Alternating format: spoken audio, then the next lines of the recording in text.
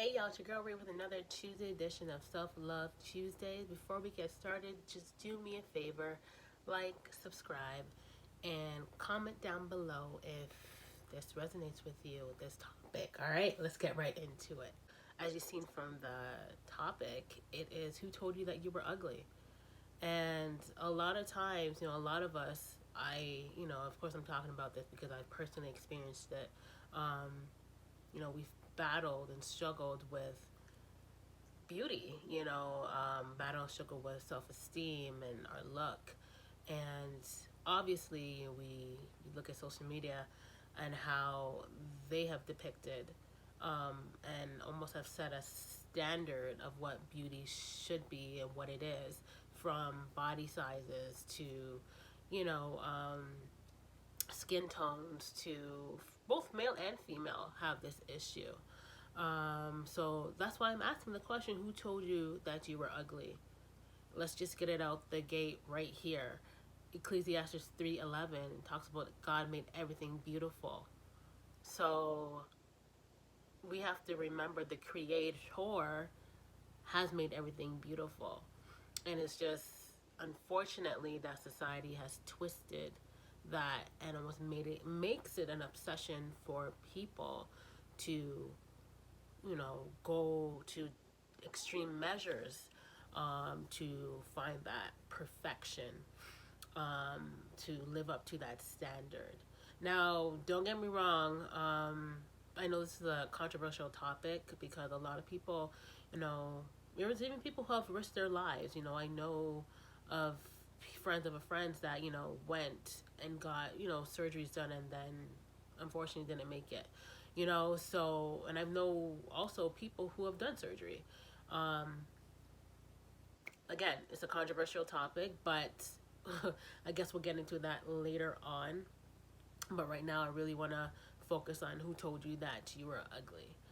And that's the question I want you to really ponder on. Who told you that you were ugly? When did the insecurities start? When did the feeling less than start? When did the I comparison, because it happens a lot. Let's just be real, and that's the problem. I find that people are not real with themselves. Um, so yeah, it's okay to have these type of conversations. So I have a story about that. It stems back from my childhood as well. I honestly, and it's no stab or jab at anybody, that I honestly don't recall being told, Rochelle, you're beautiful, or look, I'm pretty this and that, I'm Palestinian, so I don't recall those. Um, I don't recall it. And, when you think back and reflect on your childhood and your life and how certain things impact your way of living, your thought process, your mental health. There are certain things that you really have to take into consideration of, what happened, where did this thought come from, where did this feeling come from, where does the emotion stem from. And a lot of it does stem from our childhoods or unresolved issues. In high school, not in high school, in college actually, one of my college years, I went to school, and I remember I was sitting in the cafeteria just doing some work before class, and a mutual friend, this guy, he came and sat beside me, sat across from me at the table, and said, "Hey, what's up?" And I put my head back down. I was working. Now, during those times, I was a big tomboy. I used to really dress. Um, I think that era too was just us females growing up. I'm an '80s baby, so a lot of us '80s kids, we were really into that, jogging, track suits, jogging pants, jerseys, it's Tim's.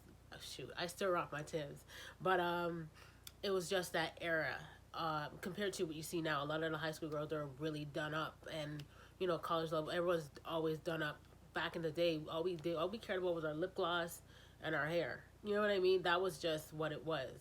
Our lip gloss had to be popping, and our hair had to be. And yeah, we later our baby hairs down is what we used to call it. Now it's edges, but we used to lay down our baby hairs.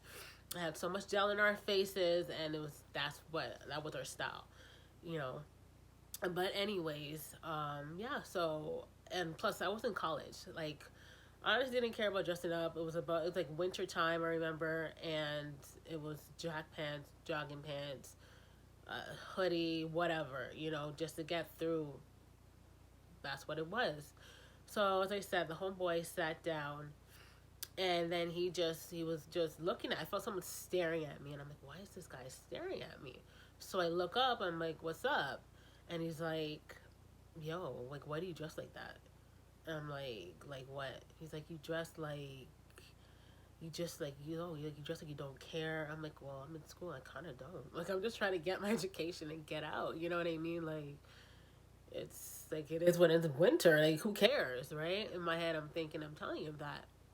Then he's like, nah, like, look at you. Like, you think any man's gonna want you? Like, you look so ugly. Like, you actually look ugly. And I remember kind of pausing for a while and just been like, what the actual F? You know what I mean? Like, back then I was not saved, so that's what I said. Y'all know me, y'all get to know me. I'm very real. Um, but that's what it was, what he said. And I was just like, wow, who is this, Negro coming to me and just being that rude? So obviously, eventually I got up and I went on with my day, and that was just ringing in my head, and it affected me in so many ways because number one, that's a male speaking. Mind you, I grew up with a lot of men. I have three brothers. Growing up when I was a lot younger, and even obviously now, I have a lot of males in my family. I have a lot of male cousins, so I grew up around a lot of men. So for me, once you get to a certain point, a male's perspective um, means a lot. And if you are anybody like me who went through child molestation and rape, it's going to have a huge impact on how you feel about yourself, especially if you haven't been healed from it. Which at that time I was not. I wasn't healed at all. Um, it wasn't dealt with.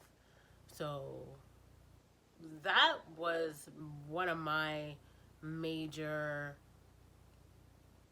memories of having to deal with someone calling me ugly straight up in my face. Um, and then just, growing up, not hearing that positive, positive affirmation coming from, family members or, just people who are near and dear to you, not hearing that. Even there's times where I've been out, thinking I'm looking good, looking cute and whatever, in my early 20s, and you'll have people compliment everybody in the group or the person you're with, and it's like they just look at you and kind of just turn their head, and you thinking like, damn, I know I look good today. You know what I mean? And it's like, oh, okay. You know what I mean? So again, these are a lot of things that are self-esteem issues. Were self-esteem issues, but it's something that is needed to be talked about, because a lot of times we don't deal with the root causes of things and why people may feel the way they feel or act the way they act or even live the way they live. There's always a root cause, a root issue as to why people are the way they are. No one wakes up one day and just does a random thing out of nowhere. There's always something that has happened to them in their past what caused them or that causes them to be the way they are. So, who told you that you were ugly? Give it some thought. And I know that a lot of people probably don't struggle with this issue, but there's people who genuinely do, and they're struggling with their self-esteem. They're struggling with, their physical appearance. Um, and I'm just talking about it because, let's get to the root cause of these issues and really begin to truly love ourselves. Um, a man doesn't validate you, a woman doesn't validate you having the baddest wigs on. Yes, how gorgeous they are, units and whatever they are, you know what I mean? Who doesn't want a wicked unit? Um, doesn't define you. Having your makeup done does not define you. I mean, lashes and all that is great, and it's supposed to be used to enhance our beauty. But if it is something that you can't live without or you desperately need, then let's just take some time out and really think about, okay, why do I need this to make me feel beautiful when God has already created you beautiful? Just some food for thought, and just wanted to share that with you on, our journey as we journey on loving ourselves, truly loving ourselves, and everything about this is loving ourselves to greatness. And remember that you are fearfully and wonderfully made, and I'm here to walk with you through this, and we are going to love ourselves truly, um, wholly and unapologetically. All right, peace out, y'all.